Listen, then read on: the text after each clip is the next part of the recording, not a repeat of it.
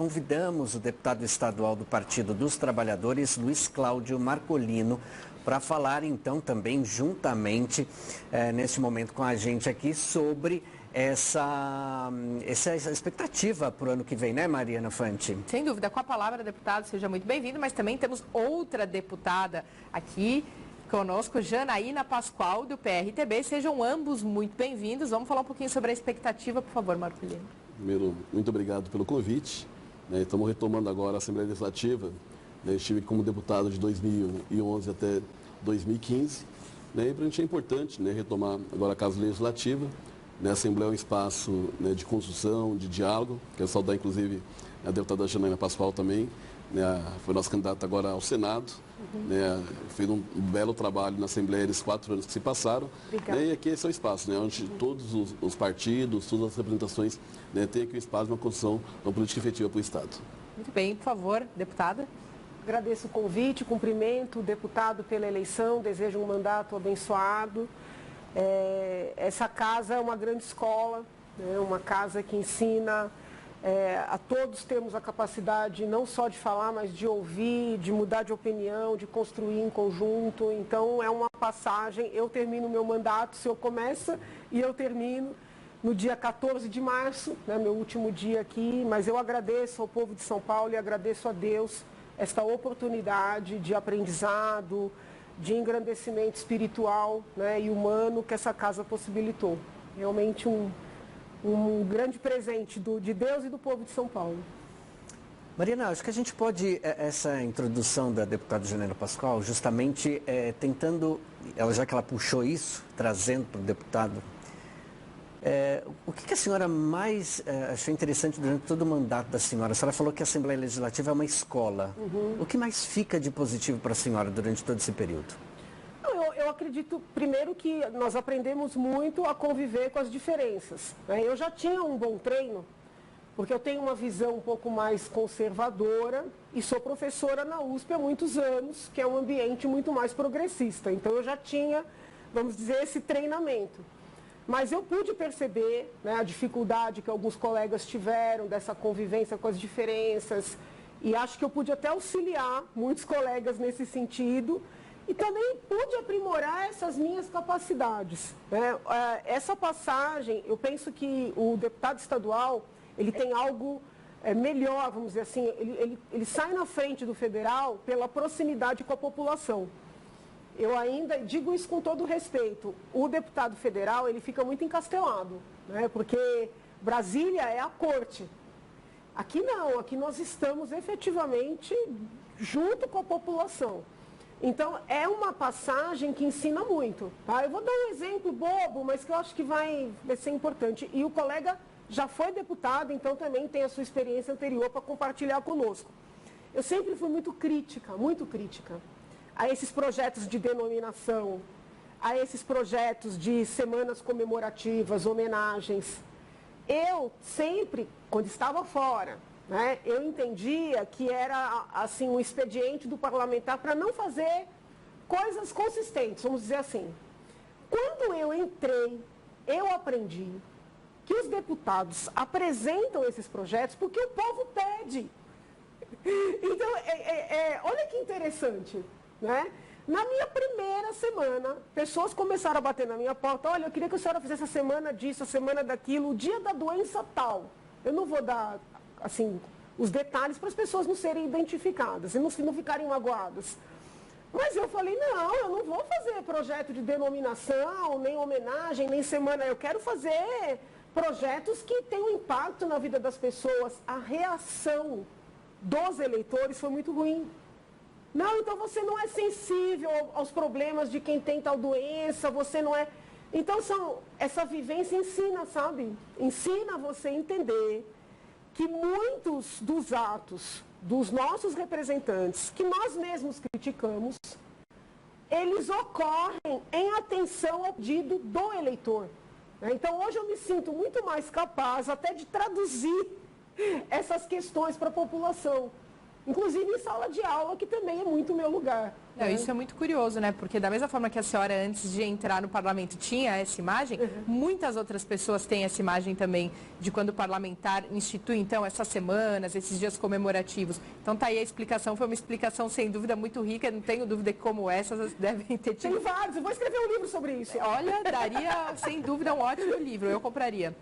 Agora, por favor, deputado agora Marcolino, né?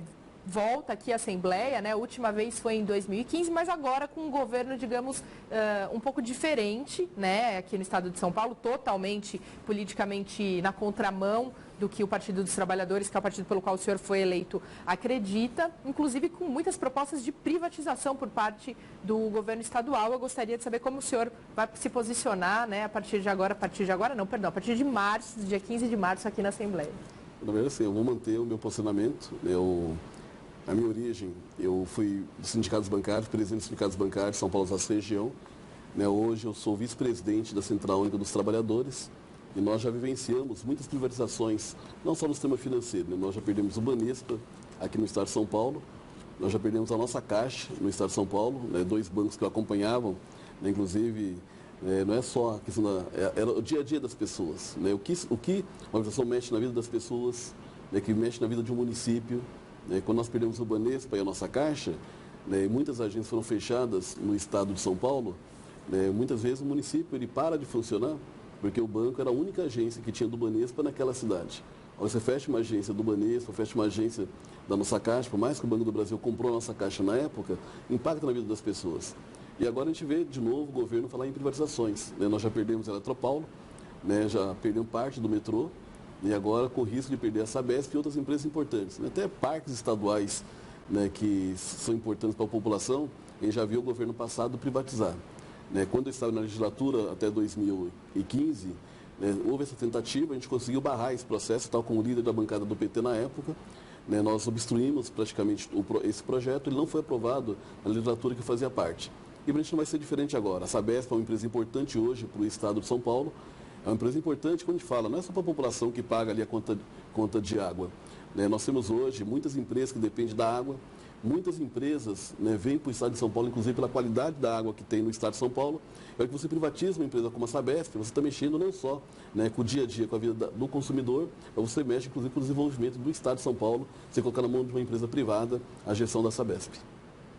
Deputada Janaína, a senhora gostaria de fazer alguma colocação sobre a privatização da Sabesp? Bom, o que o governador eleito disse é que ele vai pedir um estudo. Ele tem um perfil mais pró-privatização, não escondeu isso de ninguém, inclusive no âmbito federal. Ficou conhecido como o ministro do martelinho, além das construções, Então ele tem essa visão.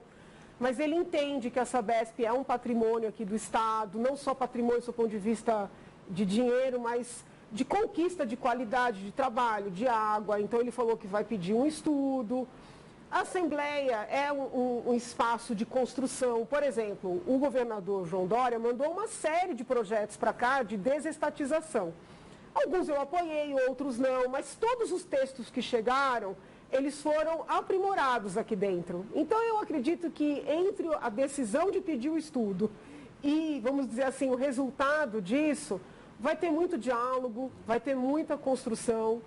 Eu sou, assim, muito entusiasta do trabalho da Sabesp, Fui a algumas unidades, fui lá a Franca, conhecer no detalhe a história, Franca é uma referência em termos de saneamento para o Brasil.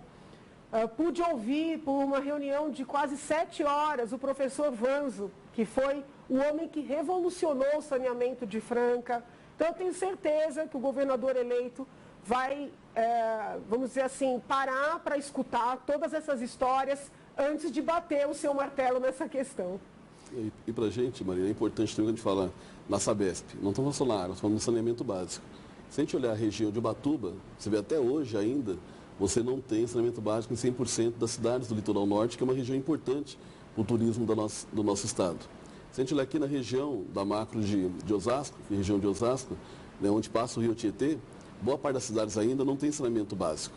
Então, quando a gente está falando na Sabesp, uma empresa que já é pública hoje, não garante 100% saneamento básico para cidades importantes no estado de São Paulo, imagine se passar para a mão da gestão privada.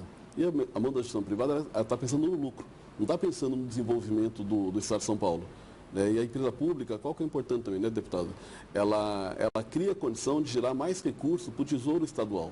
Né? Como as empresas públicas federais, né, ela complementa o recurso do orçamento federal para fazer políticas públicas. Então, a empresa pública no Estado de São Paulo, ela também tem esse papel de gerar recursos para o Tesouro Estadual e, com isso, você pode gerar mais políticas públicas. A hora que passa para a mão do gestor privado, né, a gente perde uma fonte de receita que poderia estar ajudando o desenvolvimento do nosso Estado. Eu acho que um ponto importante, nós aprovamos aqui na casa, eu até critiquei muito, porque criaram uns distritos que me pareciam inadequados com relação às bacias, mas foi aprovado aqui na casa um projeto para viabilizar a participação da iniciativa privada. Então é importante que a população também compreenda que o fato de existir a Sabesp não impede que empresas privadas entrem para trabalhar no saneamento. Inclusive tem algumas cidades do estado de São Paulo que fazem essa experiência, né? Então acho que esse tema precisa ser muito bem debatido para que nós, se houver mudanças, ganhemos em saneamento, em qualidade de água e não percamos, né? Porque realmente São Paulo é uma referência. Deputado, o senhor falou também sobre o metrô. E lá em 2011, o senhor trouxe também um projeto de lei sobre 24 horas do metrô. Como que o senhor ainda pretende lutar por isso? Com certeza. Esse projeto, nós chegamos a aprovar ele em primeira votação. Como tinha que ter 2 votações, eu deixei de ser deputado em 2015, esse projeto não voltou para uma segunda votação. A nossa proposta é que hoje você tem muitos trabalhadores que trabalham em hospitais, vários hotéis e restaurantes, né? Tem muito trabalhador da área da cultura, né? E o pessoal que trabalha com limpeza e conservação, porque quando você pensa na Grande São Paulo, né, ela funciona 24 horas. Então tem muito trabalhador que tem que esperar o metrô e o trem abrir para voltar para casa, ou tem que esperar abrir para poder ir trabalhar. Então, quando a gente implementou esse projeto do transporte de 24 horas, metrô, CPTM e MTU, era justamente para criar uma condição de você poder ter um transporte funcionando 24 horas. Não é que vai ter de 15 em 15 minutos o tempo todo, né? Vai ser um tempo maior. Né? Na época, nós fomos estudiosos dessa área, mostrando que era possível, que era viável você ter o transporte de 24 horas. Então, esse é um debate que quer voltar novamente para a Assembleia agora, a partir do dia 15 de março. Então, é um projeto que já foi aprovado em primeira votação e nós vamos trabalhar para que ele possa ser votado em segunda para passar a funcionar o transporte do Estado de São Paulo 24 horas. Desafiador, hein? E São Paulo não para, né? São Paulo não para, São Paulo não dorme. Né? Pode até essa discussão ser enriquecida com o aproveitamento de serviços públicos na madrugada. Mesmo a discussão de fazer, por exemplo, na época do Corujão, que tem um lado positivo, o lado negativo é que fizeram os exames, mas não tinha para quem mostrar o resultado. Até fiz uma audiência pública aqui na casa sobre isso. Mas os equipamentos de saúde foram ativados durante a madrugada. E havia essa dificuldade de transporte. Então, nós podemos pensar uma forma até de estimular essa vida noturna, né? Mas aí para trabalho, pelo menos aqui na capital, na região metropolitana, acho que dá para fazer isso sim. Muito bem, agora a gente vai chamar mais um integrante aqui, né? Como Arthur sempre diz, a nossa janela virtual aqui, Guga Mendonça. Guga, vem aqui com a gente fazer parte desse bate-papo. Qual a sua pergunta? Por favor, o espaço é seu. Primeiro eu queria pegar um gancho com a deputada, que ela falou, né, das atividades noturnas. Cidades como Londres e Nova York têm o metrô 24 horas. E o nosso metrô, por incrível que pareça, é muito mais organizado, muito mais bem cuidado, mas falta, né, um projeto aí para chegar em vários lugares, né, que essas cidades que eu citei, você vai para qualquer lugar de metrô. Então, acho que também um projeto de mobilidade urbana é necessário para o Estado. Mas a minha pergunta é um pouco diferente para os 2 deputados. Gostaria de saber o que muda a partir de 1º de janeiro. Saiu o PSDB depois de 24 anos, entra um governo do Republicanos, o Tarcísio de Freitas. Qual que é a mudança efetiva que nós teremos, na opinião de vocês? Eu acho que primeiro, acho que é importante essa mudança, depois de 30 anos que o PSDB governa o Estado de São Paulo, né, passar para um outro partido fazer a gestão. É um partido novo, né, uma perspectiva nova, mas nós, pelo menos a nossa bancada, não queria dialogar muito como nós fizemos quando a gente estava governando o Brasil. Nós chegamos de mandar para o Estado de São Paulo, quando falar inclusive de infraestrutura, metrô, né, no Pacto Mobilidade, só para o metrô veio mais de 24 bilhões de reais que veio para o Estado de São Paulo né, quando a presidenta Dilma estava governando o nosso país. Se a gente pegar os 8 anos do governo FHC, veio apenas 4 bilhões e meio. Por quê? Você tinha um projeto de desenvolvimento nacional que passava pelo desenvolvimento também do Estado de São Paulo. Então, eu espero que agora que o novo governador entenda que o Estado de São Paulo se desenvolver, ele precisa ter um bom relacionamento com o governo federal. E para a gente, a nossa bancada, a gente quer fazer essa ponte, né, dialogando com o governo federal, né, para ajudar a desenvolver o governo do Estado de São Paulo. É importante que o Tarcísio tenha essa mesma leitura. Ele também precisa de um bom relacionamento com o governo federal para que o Estado de São Paulo também cresça. Acho que esse vai ser um pouco do nosso papel aqui na Assembleia Legislativa, né, com a saída do PSDB, né, retoma um outro debate de desenvolvimento do Estado de São Paulo. Espero que o Tarcísio tenha essa perspectiva, porque o nosso partido, o Partido dos Trabalhadores, vai debater muito a importância de desenvolver o Estado de São Paulo. Não importa se aqui agora é o Tarcísio ou se fosse o PSDB, vamos fazer como nós fizemos quando o Lula e a Dilma estão na presidência do Brasil, né, dialogar com todos os estados, com todas as prefeituras, para criar o desenvolvimento dos municípios do Estado de São Paulo, como fizemos lá atrás. Por favor. Penso que essa oxigenação, né, da alternância no poder, ela é sempre positiva. É óbvio que quem chega, né, tem que ter o cuidado de também respeitar, vamos dizer assim, as lideranças locais, respeitar a história local. Não é muito inteligente, por exemplo, chegar numa secretaria e em uma semana mudar todo mundo, porque tem a história do trabalho naquela pasta. Eu tenho essa preocupação também, porque, por exemplo, tem projetos que são acompanhados, existem pessoas ali. Também não acho saudável quando alguém chega no cargo e acredita que todo mundo que está ali é ruim, está jogando contra, né? Porque tem muitos cargos que são cargos técnicos, que são pessoas que estão servindo. Então, tem que dar um tempo para essa transformação, para essa transição. O tempo de governos de transição, ele é muito curto, na verdade. Isso está acontecendo no âmbito federal e no âmbito estadual. Então, seja lá, seja aqui, é importante entrar com calma, sabe? Sem caça às bruxas, né? Sem sangria desatada. Eu acho que entender que todos nós somos brasileiros, estamos aqui ou paulistas, ou paulistas de coração, ou por nascença, estamos em São Paulo, queremos que dê certo. Então, essa tranquilidade na transição é que é importante. Agora, Tarcísio é um engenheiro. Eu até participei de um evento recentemente, numa associação de engenheiros, e eles perguntaram assim, qual é a profissão que dá soluções? Então, ele tem essa cabeça, de entregar resultado, de trazer soluções. Ele é uma pessoa muito pragmática. Não acredito que ele vá, por questões ideológicas, inviabilizar bons projetos para São Paulo ou para o país. Não acredito nisso, pelo que eu conheço do perfil dele. Maravilha. Gostaria de agradecer muito mais uma vez pela presença, a deputada Janaína Pascoal. Deputado, seja bem-vindo agora à casa, a partir de março também.